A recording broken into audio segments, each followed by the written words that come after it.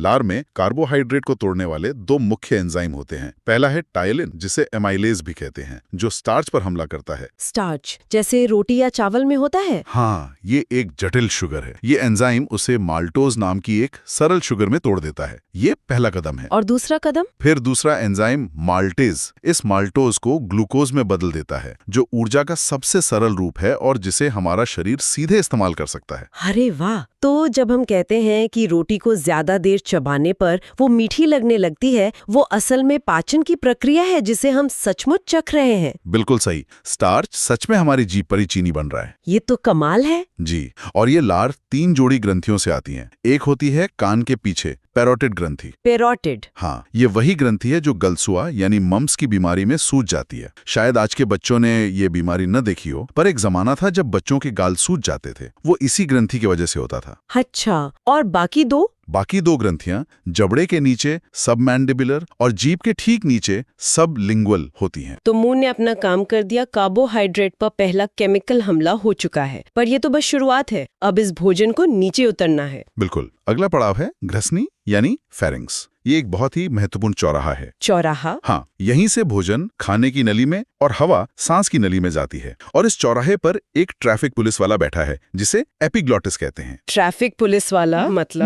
मतलब ये एक छोटा सा ढक्कन या फ्लैप है। जैसे ही हम कुछ निगलते हैं, ये ट्रैफिक पुलिस वाला तुरंत सांस की नली को बंद कर देता है, ताकि खाना गलती से फेफड़ों की तरफ न चला जाए। और जब ये गलती कर देता है तभी हमें फंदा लगता है और हम खांसने लगते हैं। एकदम सही। वो खांसी शरीर का तरीका है उस गलती को सुधारने का। लेकिन एक बात ध्यान देने वाली है, ना तो इस चौराहे पर और न ही इसके आगे खाने की नली यानी इसोफेगस में कोई पाचन होता है। ये सिर्फ एक रास्ता है। तो खाना नीचे कैसे जाता है? सिर्फ गुरुत्वाकर्षण से? नहीं, अगर ऐसा होता तो हम लेटकर या उल्टे होकर कुछ खा पी नहीं पाते। खाने की नली की मांसपेशियां इसे एक लहर की तरह नीचे धकेलती हैं। अच्छा, एक लहर की तरह? हाँ, सोचिए जैसे आप ट्यूब से टूथपेस्ट निकालते हैं दबाते हुए, बिल्कुल वैसे ही। इस प्रक्रिया को क्रमानुकुंचन या पेरिस्टेल्सिस कहते हैं। एक नियंत्रित लहर जो भोजन को पेट तक पहुंचाती है। और अब भोजन पहुंचता है पेट में यानी आमाशय में। मैंने सुना है ये जे शेप का होता है। हाँ, और पेट में घुसते ही निवाले का स्वागत एक पूरी तरह से अलग और कह सकते हैं खतरनाक दुनिया में होता है। पेट एक एसिड से भरा चैम्बर है। एसिड से भरा? जी, यहाँ का वातावरण बहुत ज्यादा अम्लीय होता है, जिसका पीएच लेवल 1.2 से 1.8 के बीच होता है। इतना शक्तिशाली एसिड हमारे पेट के अंदर, ये तो किसी धातु को भी गला सकता है। ये हमें ही क्यों नहीं जला देता? बहुत अच्छा सवाल। पेट की दीवारों पर म्यूसिन नाम के एक पदार्थ की मोटी परत होती है, जो उसे इस हाइड्रोक्लोरिक एसिड से बचाती है। ये एक तरह का सुरक्षा कवच है। अच्छा, तो एक सुरक्षा कवच भी है।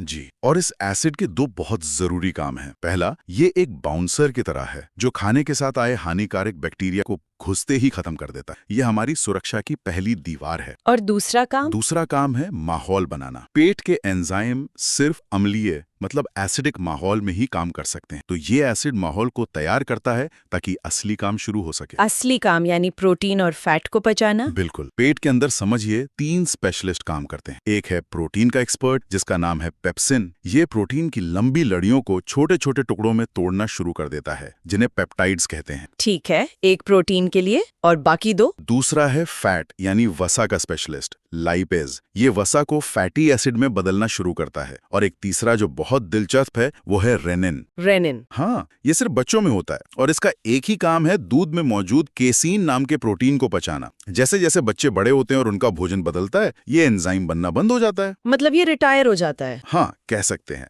ये जैविक दक्षता का एक बेहतरीन उदाहरण है। शरीर वो औजार बनाना बंद कर देता है जिसकी जरूरत नहीं रही। ठीक है, तो हमारा खाना पेट के एसिड वाले चैलेंज को पार करके अब एक नई दुनिया में आ गया है, छोटी आंत। यहाँ से इसका सफर और भी रोमांचक हो जाता है। पहला पड़ाव है डिओडिनम। यहाँ इसका स्वागत कैसे होता है? देखिए, डिओडिनम एक तरह का समझिए ट्रांजिशन जोन है। सोचिए, भोजन एक बहुत ही एसिडिक यानी अम्लीय माहौल से आ रहा है, जहाँ पीएच लगभग 1.5 से 3.5 होता है। छोटी आंत की दीवारें इतनी एसिडिटी बर्दाश्त नहीं कर सकती, और यहाँ काम करने वाले एंजाइम्स को भी एक अलग शांत माहौल चाहिए। तो सबसे पहला काम है माहौल बदलना। मतलब लड़ाई शुरू होने से पहले बैटलफील्ड तैयार करना पड़ता है। है। तो इस एसिड को बेअसर कौन करता है? यहीं पर शरीर के एक सबसे बड़े और जरूरी अंग लिवर की एंट्री होती है। लिवर एक जूस बनाता है जिसे बाइल जूस या पित्त रस कहते हैं। जैसे ही खाना डुओडेनम में पहुंचता है, ये बाइल जूस उसमें मिल जाता है और एसिड को न्यूट्रलाइज करके माहौल को एल्कलाइन यानी क्षारीय बना देता है। अच्छा, तो बाइल जूस ने मैदान तैयार कर दिया है, एसिड को हटाकर माहौल को काम के लायक बना गया।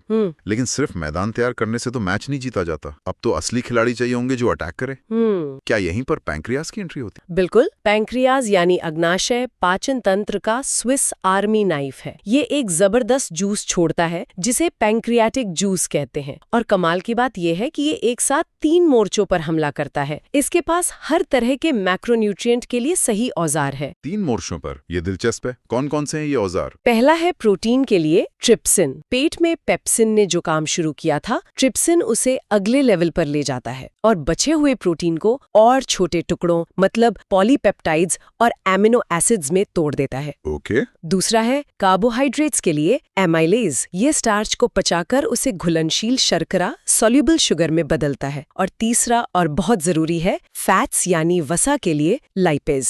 ये फैट्स को उसके सबसे छोटे हिस्सों ग्लिसरॉल और फैटी एसिड में तोड़ देता है। 1 मिनट, हमने एमाइलेज का नाम तो मुंह की लार में भी सुना था। तो क्या पैंक्रियाज वाला एमाइलेज कुछ अलग करता है या शरीर ने जो काम शुरू किया था उसे बस पूरा कर रहा है? ऐसा क्यों है कि एक ही काम के लिए 2 अलग-अलग जगहों पर एंजाइम्स हैं? बहुत अच्छा सवाल है। मुंह में जो एमाइलेज होता है वो कार्बोहाइड्रेट को तोड़ना शुरू करता है, लेकिन हम खाना बहुत जल्दी निगल लेते हैं। पेट में एसिड की वजह से वो काम करना बंद कर देता है। तो पैंक्रियाज ये सुनिश्चित करता है कि कोई भी स्टार्च बचकर न निकल जाए। ये उस काम को पूरी तरह खत्म कर देता है। कमाल है। तो डुओडेनम में लिवर और पैंक्रियाज की टीम ने मिलकर भोजन को लगभग तोड़ ही दिया। इसके बाद खाना छोटी आंत के दूसरे हिस्से जेजुनम में पहुंचता है। क्या यहाँ भी कोई एक्शन होता है? हाँ, जेजुनम को आप फिनिशिंग लाइन कह सकते हैं। यहाँ पाचन की प्रक्रिया पूरी होती है और पोषक तत्वों को सोखने का काम यानी एब्जॉर्प्शन शुरू हो जाता है। और यहाँ एक और ट्विस्ट आता है। अब तक तो लिवर और पैंक्रियाज जैसे बड़े अंग मदद कर रहे थे, पर अब छोटी आंत खुद अपने कुछ फिनिशिंग एंजाइम छोड़ती है। मुझे तो लगा था कि लिवर और पैंक्रियाज जैसे सुपरस्टार अंगों के बाद शायद छोटी आंत का काम सिर्फ एक पाइपलाइन जैसा होगा। ये खुद एंजाइम क्यों बनाती है? क्या लिवर और पैंक्रियाज का काम काफी नहीं था? इन्हें आप स्पेशलिस्ट कह सकते हैं, जो बचे खुचे काम को पूरा करते हैं। जैसे इरेप्सिन एक ग्रुप का काम है हर तरह की चीनी को उसके सबसे सरल रूप यानी ग्लूकोज में बदलना, चाहे वो अनाज से आई माल्टोज हो या फल से आई सुक्रोज हो। एक और एंजाइम लैक्टेज दूध की चीनी यानी लैक्टोज को तोड़ता है। अच्छा। इसके अलावा एक और एंजाइम प्रोटीन पर फाइनल काम करता है और लाइपेज बची हुई वसा को पूरी तरह खत्म कर देता है। मतलब यहाँ आकर खाने के हर हिस्से को उसके बिल्डिंग ब्लॉक्स में तोड़ दिया जाता है। तो जेजुनम में खाना पूरी तरह से अपने सबसे छोटे सबसे उपयोगी रूप में टूट चुका है। लेकिन टूटना तो सिर्फ आधा काम है ना। अब इन कीमती पोषक तत्वों को शरीर के खून तक पहुंचाना होगा। ये डिलीवरी का काम कैसे होता है? क्या छोटी आंत का आखिरी हिस्सा इलियम यहाँ पर एक लोडिंग डॉक की तरह काम करता है? लोडिंग डॉक एक बहुत अच्छा एनालॉजी है। इलियम का मुख्य काम ही अवशोषण है और ये काम बहुत ही शानदार तरीके से होता है। इलियम की अंदर की दीवारें सपाट नहीं होती। सोचिए, ये एक तौलिए की तरह है जिसमें हजारों छोटे छोटे रेशे होते हैं। इन उंगली जैसे रेशों को विली कहते हैं, जिनकी वजह से पोषक तत्वों को सोखने के लिए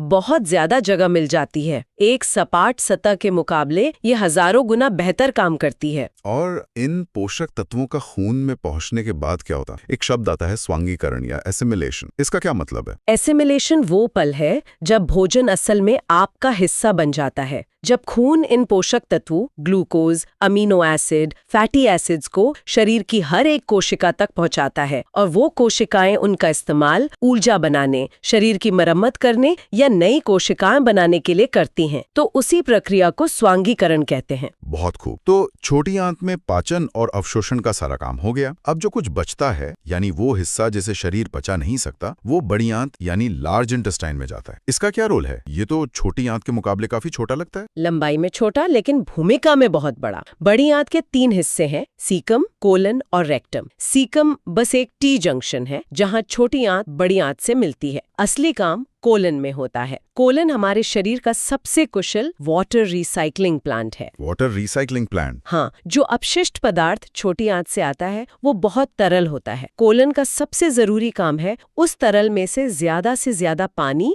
और कुछ जरूरी मिनरल्स को वापस सोखकर शरीर में लौटाना। ये हमें डिहाइड्रेशन से बचाता है। इसी प्रक्रिया की वजह से अपशिष्ट धीरे धीरे ठोस हो जाता है। और फिर ये ठोस अपशिष्ट रेक्टम में जमा होता है और एनस से बाहर निकल जाता है। यहाँ एक बात बताई गई है कि बच्चों में ये प्रक्रिया इनवॉलंटरी होती है जबकि बड़ों में वॉलंटरी। ऐसा क्यों? ये सीधे सीधे नर्वस सिस्टम के विकास से जुड़ा है। छोटे बच्चों में दिमाग का वो हिस्सा जो मांसपेशियों पर स्वैच्छिक नियंत्रण रखता है पूरी तरह से विकसित नहीं हुआ होता। जैसे जैसे वे बड़े होते हैं ये नियंत्रण विकसित हो जाता है। चलिए उन सहायक अंगों पर वापस चलते हैं। पैंक्रियास के जूस को पूर्ण पाचक रस या कंप्लीट डाइजेस्टिव जूस कहा जाता है। ये उपाधि क्यों दी गई है? क्योंकि ये अकेला ऐसा रस है जिसमें कार्बोहाइड्रेट, फैट और प्रोटीन तीनों को पचाने वाले शक्तिशाली एंजाइम होते हैं। लिवर का बाइल जूस सिर्फ फैट पर काम करता है, मुंह की लार सिर्फ कार्ब्स पर, लेकिन पैंक्रियास का जूस हर चीज पर काम करता है। इसीलिए ये एक ऑलराउंडर है। और ये सिर्फ एंजाइम ही नहीं बनाता, ये इंसुलिन जैसे जरूरी हार्मोन्स भी बनाता है। इसीलिए इसे एक मिक्स्ड ग्लैंड कहते हैं। और गॉल ब्लैडर, वो छोटी सी थैली, उसका क्या काम है? गॉल ब्लैडर एक स्टोरेज टैंक या बाइल बैंक की तरह है। लिवर लगातार बाइल जूस बनाता रहता है, लेकिन हमें उसकी जरूरत सिर्फ तभी होती है जब हम खाना खाते हैं।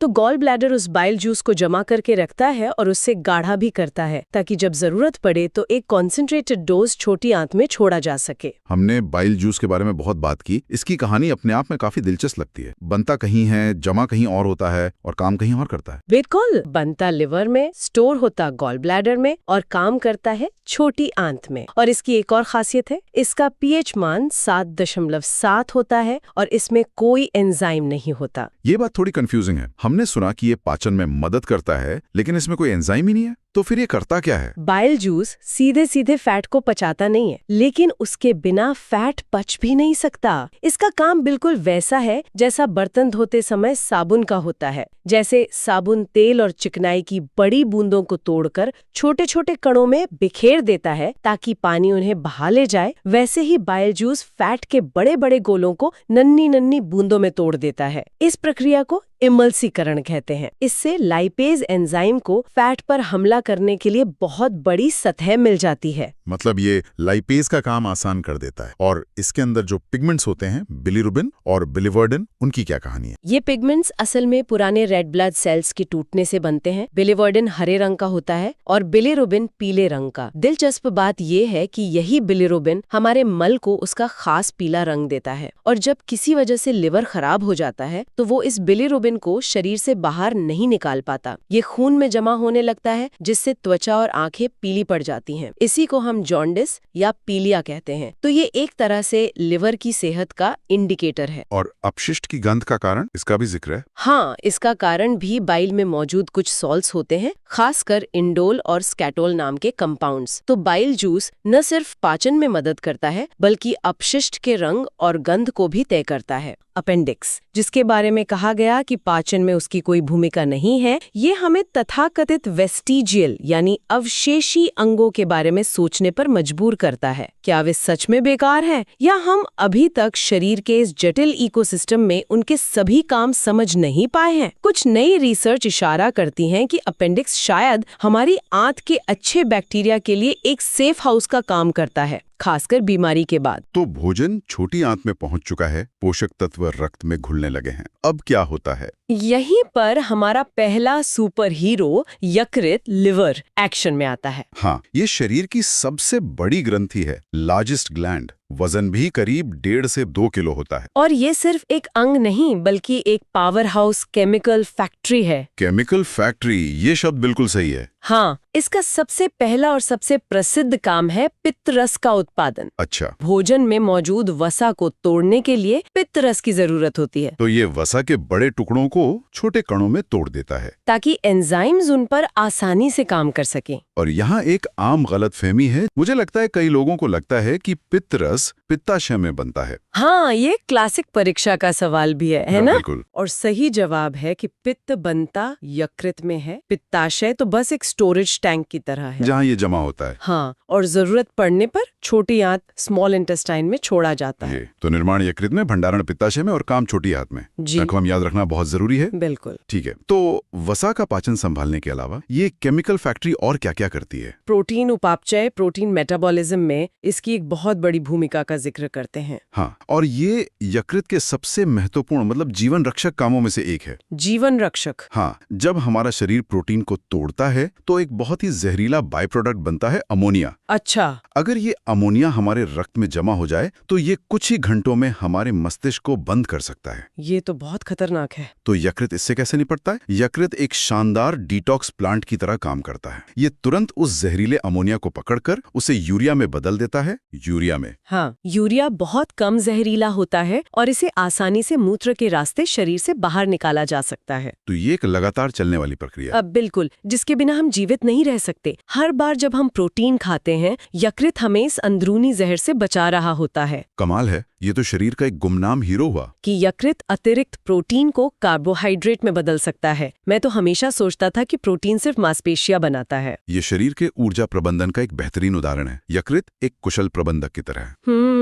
अगर शरीर को तुरंत ऊर्जा की जरूरत है और प्रोटीन ज्यादा है तो वो उसे ऊर्जा के स्रोत यानी कार्बोहाइड्रेट में बदल देगा। और सिर्फ यही नहीं, अगर भोजन में वसा की कमी है तो ये कुछ कार्बोहाइड्रेट को वसा में भी बदल सकता है ताकि ऊर्जा को भविष्य के लिए संग्रहित किया जा सके। मतलब ये हर परिस्थिति के हिसाब से ढल जाता है। एकदम। तो ये सिर्फ एक फैक्ट्री नहीं बल्कि एक स्मार्ट स्टोरेज यूनिट भी है। ये लोहा, तांबा और कई विटामिन भी जमा करके रखता है। एकदम। और साथ ही ये शरीर का तापमान बनाए रखने में भी मदद करता है। हालांकि मुख्य काम तो मस्तिष्क के हाइपोथैलेमस का है ना? हाँ, मुख्य थर्मोस्टेट तो हाइपोथैलेमस ही है, लेकिन यकृत की मेटाबॉलिक गतिविधियों से इतनी गर्मी पैदा होती है कि ये शरीर को गर्म रखने में महत्वपूर्ण योगदान देता है। यहाँ एक और हैरान करने वाली बात है। यकृत में कोशिकाओं के विकसित होने की रफ्तार बहुत तेज होती है। हाँ, ऐसा लगता है जैसे इसके पास कोई सुपर पावर हो। इसे पुनर्जनन की क्षमता कहते हैं। अच्छा। यकृत शरीर का एकमात्र ऐसा अंग है जो अपने बड़े हिस्से को खोने के बाद भी वापस पूरा विकसित हो सकता है। इसीलिए लीवर प्रत्यारोपण संभव है। हाँ, इसीलिए लिवर प्रत्यारोपण में एक जीवित व्यक्ति अपने यकृत का एक हिस्सा दान कर सकता है और कुछ ही महीनों में डोनर और मरीज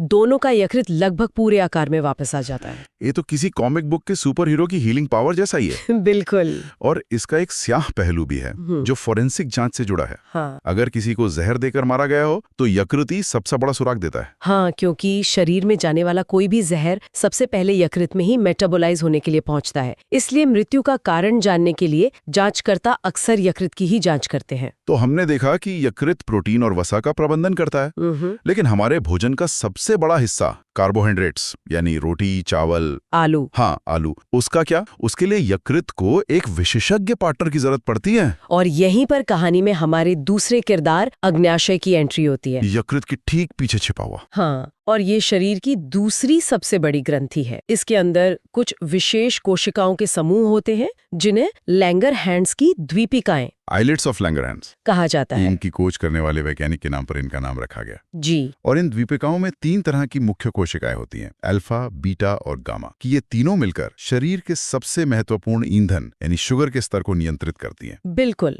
इसे एक टीम की तरह समझिए। बीटा कोशिकाएं इंसुलिन बनाती हैं।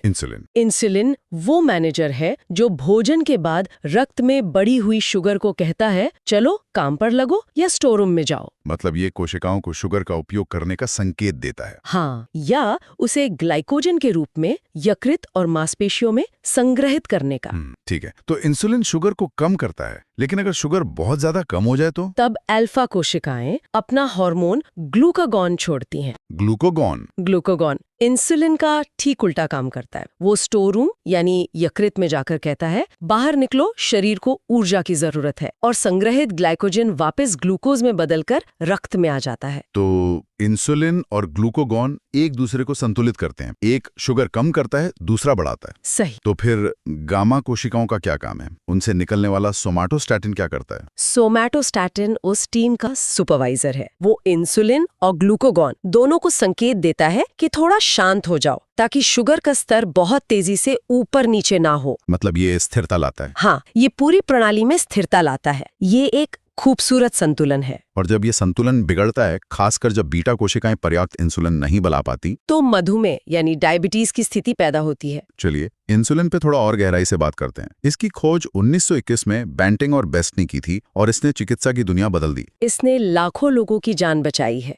इसका मुख्य काम हमने समझा रक्त से ग्लूकोज को कोशिकाओं में पहुंचाना। लेकिन सवाल ये उठता है कि अगर ग्लूकोज कोशिकाओं में ना जाकर रक्त में ही तैरता रहे तो इसमें बुराई क्या है? हाँ, ये एक बहुत जरूरी सवाल है। शुगर तो ऊर्जा है, तो ज्यादा ऊर्जा तो अच्छी होनी चाहिए। हाँ, यही लगता है। नहीं, रक्त में घुली अतिरिक्त शुगर एक चिपचिपे शीरे की तरह होती है। ये रक्त वाहिकाओं की दीवारों से चिपककर उन्हें सख्त और संकरा बना सकती है। अच्छा। यह नसों, नर्व्स को नुकसान पहुंचा सकती है, आंखों की रोशनी और किडनी पर असर डाल सकती है। इसीलिए शरीर के लिए ये बहुत जरूरी है कि शुगर रक्त में घूमने के बजाय कोशिकाओं के अंदर पहुंचे, जहां वो सुरक्षित रूप से ऊर्जा में बदल सके। बिल्कुल। और यहीं पर मधुमेह से जुड़ी एक और आम धारणा आती है कि ये सिर्फ मीठा यानी चीनी या गुड़ खाने से होता है। और ये समझना बहुत महत्वपूर्ण है, शरीर के लिए मीठा सिर्फ चीनी नहीं है। हर तरह का कार्बोहाइड्रेट पाचन के बाद अंततः ग्लूकोज जैसी सरल शुगर में ही टूटता है। तो इसे समझने के लिए हम कार्बोहाइड्रेट को बिल्डिंग ब्लॉक्स की तरह सोच सकते। हाँ,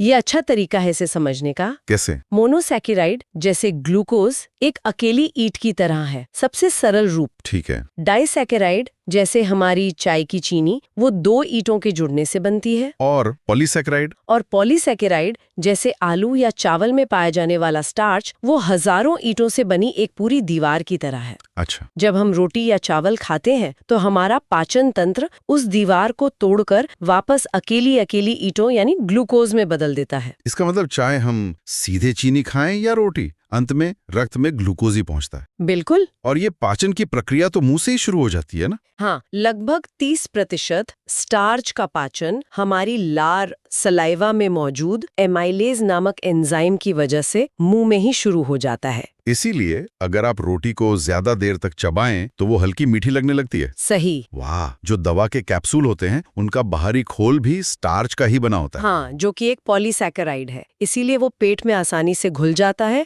और दवा बाहर आ जाती है। तो एक तरह से हम अपनी दवा को आलू या चावल से बने एक छोटे से कंटेनर में ले रहे होते हैं, कह सकते हैं। ये सब जानने के बाद अगर पूछा जाए कि मानव शरीर में पाचन का अधिकांश भाग किस अंग में होता है, तो जवाब है छोटी आंत। या ये पूछा जाए कि प्रोटीन के पाचन में मुख्य सहायक एंजाइम कौन सा है, तो हम जानते हैं कि अग्न्याशय से निकलने वाला ट्रिप्सिन छोटी आंत में ये काम करता है। और एंजाइम खुद क्या है? मूल रूप से वे सब विशेष प्रकार के प्रोटीन ही तो हैं। हाँ, जो शरीर में केमिकल रिएक्शन को तेज करने वाले उत्प्रेरक या कैटलिस्ट का काम करते हैं, जैसे अग्न्याशय से निकलने वाला लाइपेज वसा को पचाता है। और एक और सवाल, पित्त का निर्माण शरीर के किस भाग में होता है? इसका जवाब है यकृत। हमने इस पर काफी बात की। बिल्कुल, हर एक टुकड़ा एक दूसरे से जुड़ा हुआ है। पाचन तंत्र की ये कहानी हमें सिखाती है कि हमारा शरीर एक अद्भुत और स्वचालित मशीन है जो हर पल हमारे जीवित रहने के लिए काम कर रही है। इस गहन विश्लेषण के साथ हमने पाचन तंत्र के इन महत्वपूर्ण पहलुओं को कवर कर लिया है। अगली बार हम शरीर की एक और महत्वपूर्ण प्रणाली पर बात करेंगे, रक्त परिसंचरण तंत्र, ब्लड सर्कुलेटरी सिस्टम। तो सबसे पहले उस अंग से शुरू करते हैं जो इस पूरे शो का हीरो है, हमारा हृदय यानी हार्ट। हाँ, इसे एक इंजन की तरह समझना शायद सबसे आसान होगा। बिल्कुल। इस इंजन में 4 कमले हैं, मतलब चैम्बर्स। तो क्या इसे एक 2 मंजिला घर की तरह सोच सकते हैं?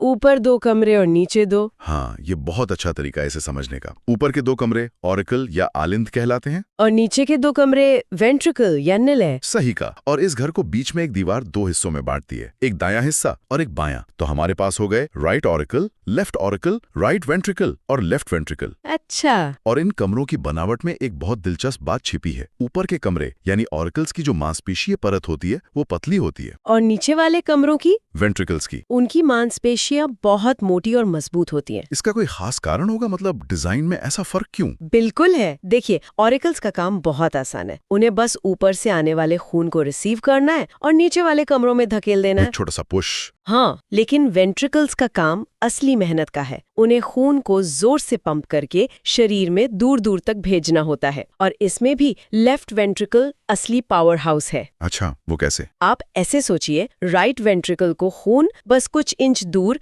फेफड़ों तक धकेलना है। ये तो पास में ही है। हाँ, एक छोटी गली पार करने जैसा है। लेकिन लेफ्ट वेंट्रिकल को वही खून सिर की चोटी से लेकर पैर के अंगूठे तक पहुंचाना है। अरे वाह, ये तो बहुत लंबा सफर है। ये एक पूरे शहर में डिलीवरी करने जैसा है। इसीलिए उसकी दीवारें पूरे हृदय में सबसे मोटी और सबसे मजबूत होती हैं। कमाल है, ये तो सच में डिजाइन का एक बेहतरीन उदाहरण है। बिल्कुल। और इन कमरों के बीच दरवाजे भी तो होंगे ताकि खून गलत दिशा में ना बह जाए। हाँ, और उन्हें हम वाल्व कहते हैं। ये एक तरफा दरवाजे हैं, मतलब one way gates. One way gates. दाईं ओर 3 दरवाजों वाला एक गेट है जिसे ट्राइकस्पिड वाल्व कहते हैं। और बाईं ओर? बाईं ओर 2 दरवाजों वाला गेट है जिसे बाइकस्पिड वाल्व कहते हैं। इनका काम बस ये सुनिश्चित करना है कि खून आगे तो जाए पर वापस पलटकर पिछले कमरे में ना आ सके। ठीक है, तो अब हमारे पास घर का नक्शा तैयार है। 4 कमरे, मजबूत दीवारें और वन वे गेट्स। अब बात करते हैं उस चीज की जो इन कमरों से होकर गुजरती है, खून की। हाँ, चलिए खून की एक बूंद के नजरिए से सफर को देखते हैं। कल्पना कीजिए एक थकी हुई खून की कोशिका की जो शरीर से सारा कार्बन डाइऑक्साइड उठाकर वापस घर यानी हृदय लौट रही है। उसका मिशन है रिफ्रेश होना। और ये मिशन सिर्फ 23 सेकंड में पूरा होता है। ये एक शानदार तरीका है इसे समझने का। तो ये थकी हुई कोशिका जिसमें ऑक्सीजन नहीं बल्कि कार्बन डाइऑक्साइड CO2 भरा है,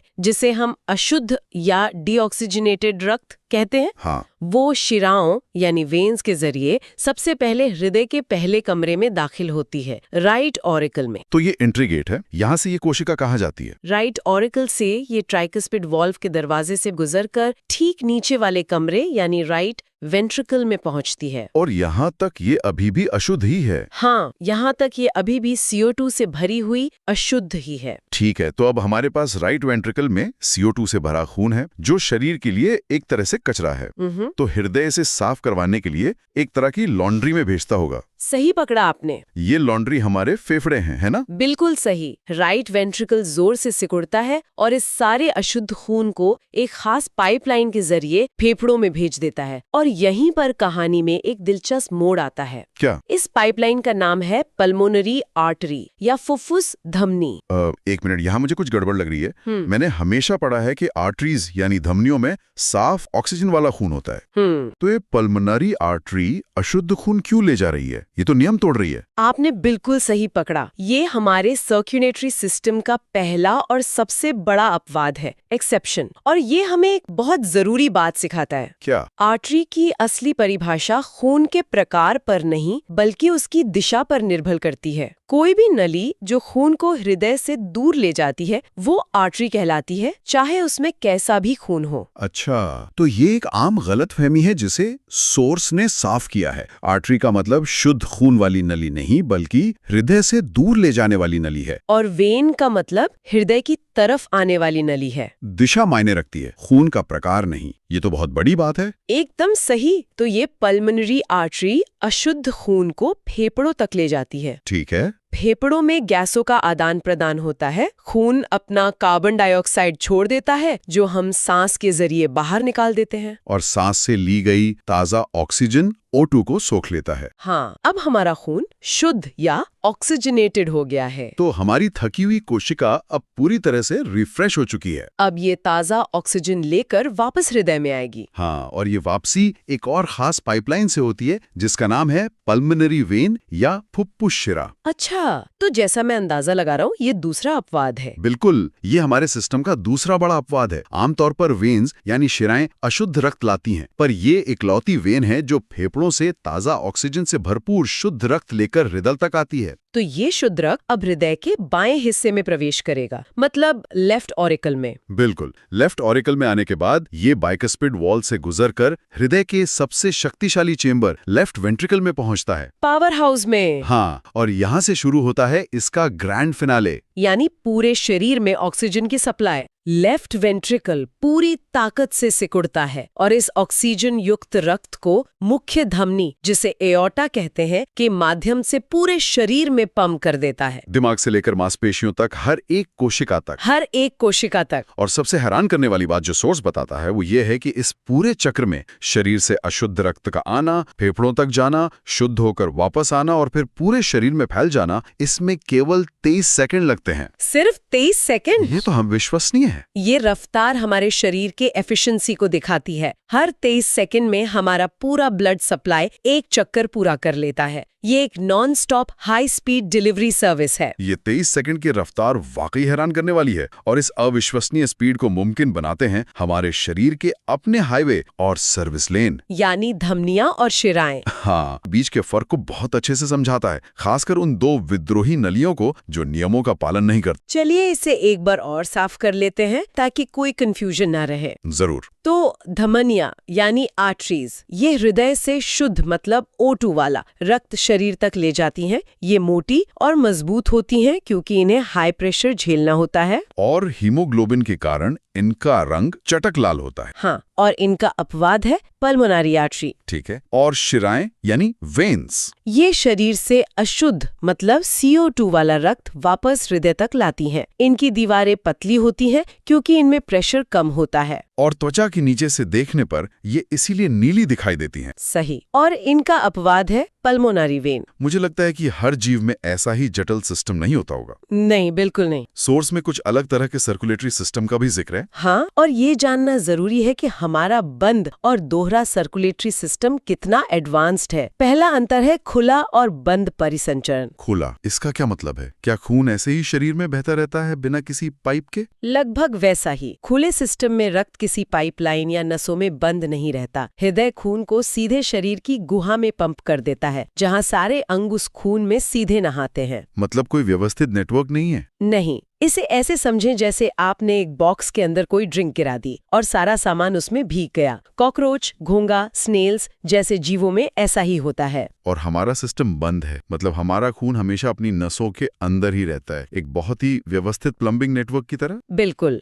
और दूसरा बड़ा अंतर है एकल, सिंगल और दोहरा डबल परिसंचरण, जो बहुत महत्वपूर्ण है। एकल परिसंचरण? इसमें खून एक पूरा चक्कर लगाने में हृदय से केवल एक बार गुजरता है। इसका सबसे अच्छा उदाहरण मछली है। अच्छा। मछली में हृदय अशुद्ध खून को गलफड़ों में पंप करता है, वहाँ खून साफ होता है और फिर सीधे शरीर में चला जाता है। शरीर से गंदा होकर वापस हृदय में लौटता है। एक चक्कर में हृदय से एक ही बार गुजरा। और हम मनुष्यों में दोहरा परिसंचरण है। जैसा हमने अभी देखा, खून एक चक्कर पूरा करने के लिए हृदय से 2 बार गुजरता है। हाँ, पहली बार शरीर से आकर फेफड़ों में जाने के लिए और दूसरी बार फेफड़ों से शुद्ध होकर वापस आकर पूरे शरीर में जाने के लिए। सही। और ये दोहरा सिस्टम बहुत ज्यादा कुशल है, मतलब एफिशिएंट है। पहला सर्किट जो फेफड़ों वाला है वो कम दबाव का होता है और दूसरा सर्किट जो शरीर वाला है वो बहुत उच्च दबाव का होता है। इससे क्या फायदा होता है? ये हमें शरीर की हर कोशिका तक तेजी से और ज्यादा दबाव के साथ ऑक्सीजन पहुंचाने की क्षमता देता है, जो हमारे ऊर्जा की जरूरतों और गर्म खून वाले शरीर के लिए जरूरी है। मतलब एक मछली कभी हमारी तरह दौड़ने लगा सकती नहीं, क्योंकि उसका सिंगल सर्कुलेशन सिस्टम उतनी तेजी से ऑक्सीजन डिलीवर ही नहीं कर सकता। ये तो सच में एक बेहतरीन इंजीनियरिंग है। पहला तो यही कि इस